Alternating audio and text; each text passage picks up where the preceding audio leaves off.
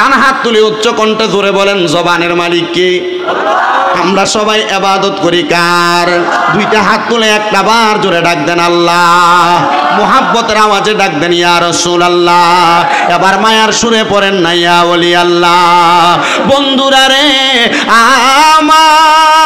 আমার, ও বনকরার যুবকের দল, বনকরার মুরব্বী বাবাজিরা, বনকরা এলাকা এবং আশেপাশে এলাকার পর্দার অন্তরালের মা বোনেরা, যেহেতু জবানের মালিক আমার আল্লাহ, আল্লাহর দেওয়া জবান নিয়ে জান্নাতের বাগানে বসে গেলেন। এই জন্য জবানটারে বন্ধ করে না রাইখা মুহাব্বতের আওয়াজে উচ্চ কণ্ঠে আমার আল্লাহ তাআলার কালামে হাকিম কোরআন থেকে তেলাওয়াত করবেন। বলে হুজুর, আল্লাহ তাআলার কালামে হাকিম কোরআন থেকে তেলাওয়াত করলে আমার আল্লাহ তাআলা আমাদেরকে কি প্রতিদান প্রদান করবে? আমার নবী রাহমাতুল লিল আলামিন নবীজির হাদিসে মুবারাকার মধ্যে দেখলাম হযরতে আব্দুল্লাহ ইবনে আব্বাস রাদিয়াল্লাহু তাআলা আনহু হাদিস বর্ণনা করে, হযরতে আনাস ইবনে মালিক রাদিয়াল্লাহু তাআলা আনহু সেম হাদিসটা বর্ণনা করে, হযরতে আবু হুরায়রা রাদিয়াল্লাহু তাআলা আনহু সেম হাদিসটা বর্ণনা করে, হযরতে মুআয ইবনে জাবাল রাদিয়াল্লাহু তাআলা আনহু সেম হাদিসটা বর্ণনা করে। একসাথে চারজন হাদিসের রাবী হাদিসটা বর্ণনা করেছেন। নবীজির প্রখ্যাত হাদিস বিশারদ হযরতে আব্দুল্লাহ ইবনে আব্বাস রাদিয়াল্লাহু তাআলা আনহু পর্যন্ত ওনার তাফসীর ইবনে আব্বাসের মধ্যে উল্লেখ করেছেন। উনি বলেন আল্লাহ তাআলার কোরআনুল কারীম কোন আল্লাহর বান্দা যদি তেলাওয়াত করে, দৈনন্দিন তেলাওয়াত করে, আমার আল্লাহ তাআলা ওই বান্দার হায়াত বাড়ায়া দেয়। একটা জবানও বন্ধ নাই, জোরে কোন সুবহানাল্লাহ। বলেন না বাবা, আল্লাহ তাআলা কি বাড়ায়া দেয়? ওই কথা কয় না, কি বাড়ায়া দেয়?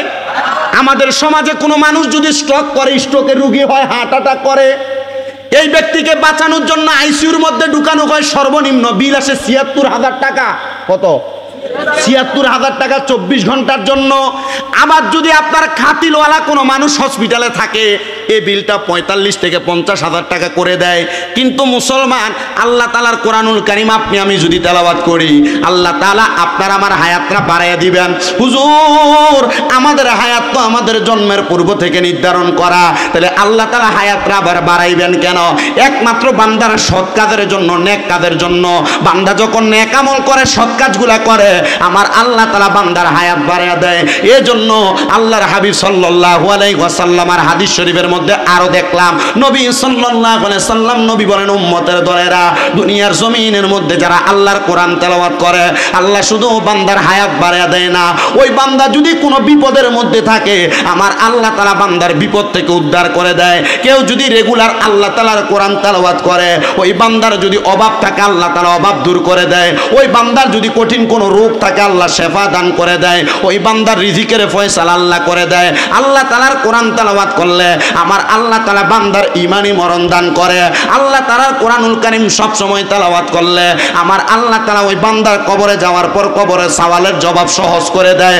আল্লাহ তাআলার কোরআনুল কারীমের তেলাওয়াত করলে আমার আল্লাহ তাআলা বান্দাটাকে ফুলসিরাতটা সহজভাবে পার করে দেয়। আল্লাহ তাআলার কোরআনুল কারীমের তেলাওয়াত করলে আমার আল্লাহ তাআলা বান্দাকে কবরে যাওয়ার পর ফুলসিরাত পার হওয়ার পর রহমতের ফেরেশতাদেরকে থরে থরে দাঁড় করায় রাখে।